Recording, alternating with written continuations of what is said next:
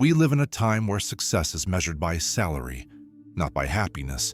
Some people work 2 or 3 jobs, yet have no time to see their children's faces. Some buy big houses and shiny cars, yet feel empty inside. Money is not evil. The problem begins when it becomes the goal of life instead of a tool for life. You can live comfortably, but don't let money make you. Forget your responsibility to loved ones. Lose kindness in your words. Sacrifice your health, thinking just a little more and it will be enough. Some people think spiritual practice means leaving life behind, quitting work, ignoring family, abandoning responsibility. But the truth is, living mindfully is also a form of practice for those who remain in daily life and still seek peace. Mindfulness does not mean giving up responsibility. On the contrary, you still work, raise your children, care for your parents, but you do it all with awareness.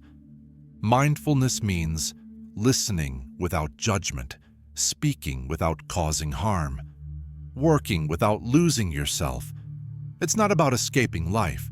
It's about living fully without letting life strip away your soul. Mindful living is not just sitting under a tree or burning incense every morning. It's about knowing when to stop before you lose yourself. Stop before snapping at your child out of exhaustion. Stop before buying something just to fill the emptiness. Stop before speaking harsh words from a wounded heart. Pause, breathe, observe. When you stop, you can finally see what's driving you: greed, fear, or love. There are 5 things no one can control.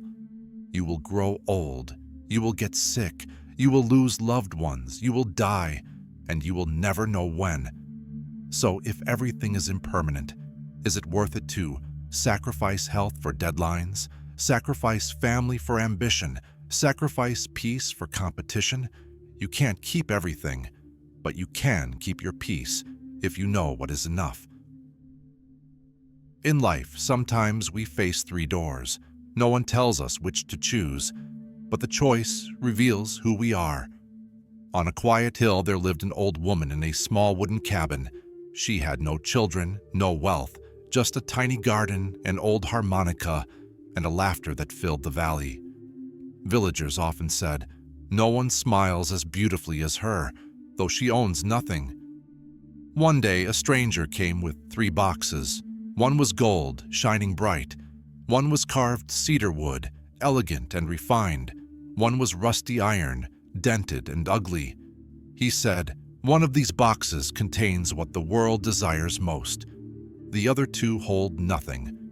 Without hesitation, the woman chose the rusty box. She said, "What is truly precious rarely comes wrapped in glitter. Sometimes it hides in the plainest, most humble form." When she opened the rusty box, there was nothing but dust and an old cloth. The stranger expected disappointment, but she laughed. "I came into this world empty-handed.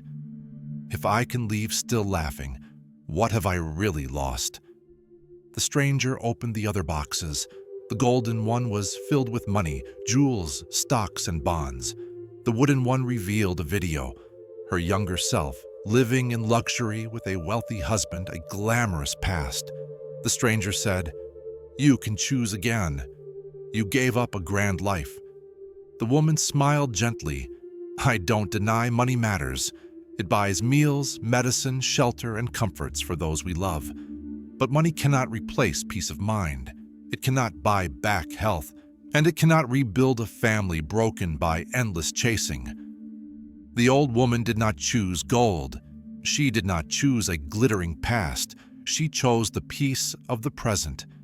And she became the richest in the village, though her bank account was empty.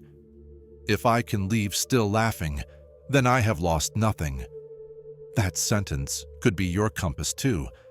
No one asks you to give up everything. Just choose carefully what you hold on to. Today you can choose to live more simply, to love more deeply, to pause long enough to see. Happiness is not in the past that's gone. It's not in the future that hasn't come. It's right here, In this very moment, when you breathe with mindfulness and rest in peace with what you already have, may all beings be free from suffering. Namo Shakyamuni Buddha.